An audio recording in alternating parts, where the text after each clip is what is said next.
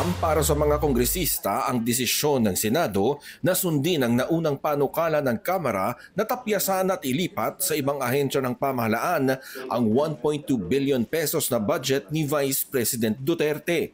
Matatandaang si Assistant Majority Leader Zia Adyong ang sponsor ng panukalang budget para sa pangalawang Pangulo. Nahirapan siyang ipagtanggol ito dahil isang beses lang dumalo si VP Sara at hindi na ibigay agad ang mga hinihinging dokumento, bagay na naranasan din daw ni Senador Grace Poe. Ito'y nagpapatunay, from the very start, nagpapatunay na tama yung basehan na naging committee report ng Committee on Appropriations.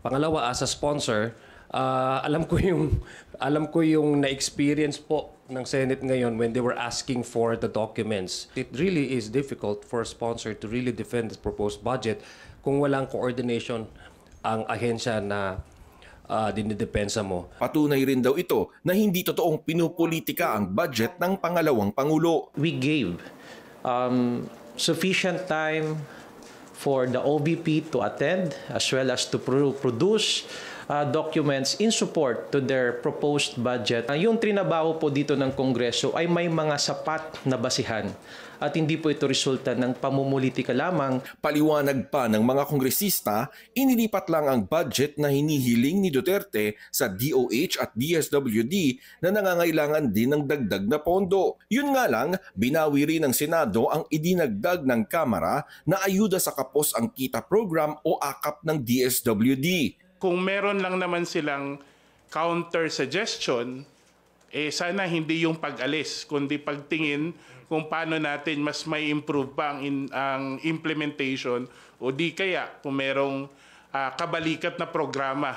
Huwag naman nating hayaan na mawala sa mga tao itong tulong na ginagawa natin.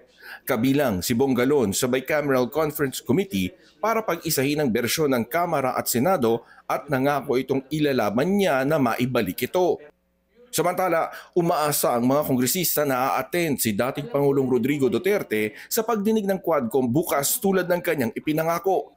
Pero sa sulat na ipinadala ng abogado ng dating Pangulo sa Quadcom, nakasaad na duda raw ang kanyang kliyente sa integrity, independence and probity sa pagsasagawa ng pagdinig ng komite dahil pamumulitika lang daw ito para panagutin siya sa mga krimen na hindi naman daw niya ginawa. Ikinababahala din umano ng dating Pangulo ang pag-pressure ng komite sa mga resource person para mapaamin ng mga ito kahit hindi naman totoo. Para sa agenda, Zandro Ochona, BNC.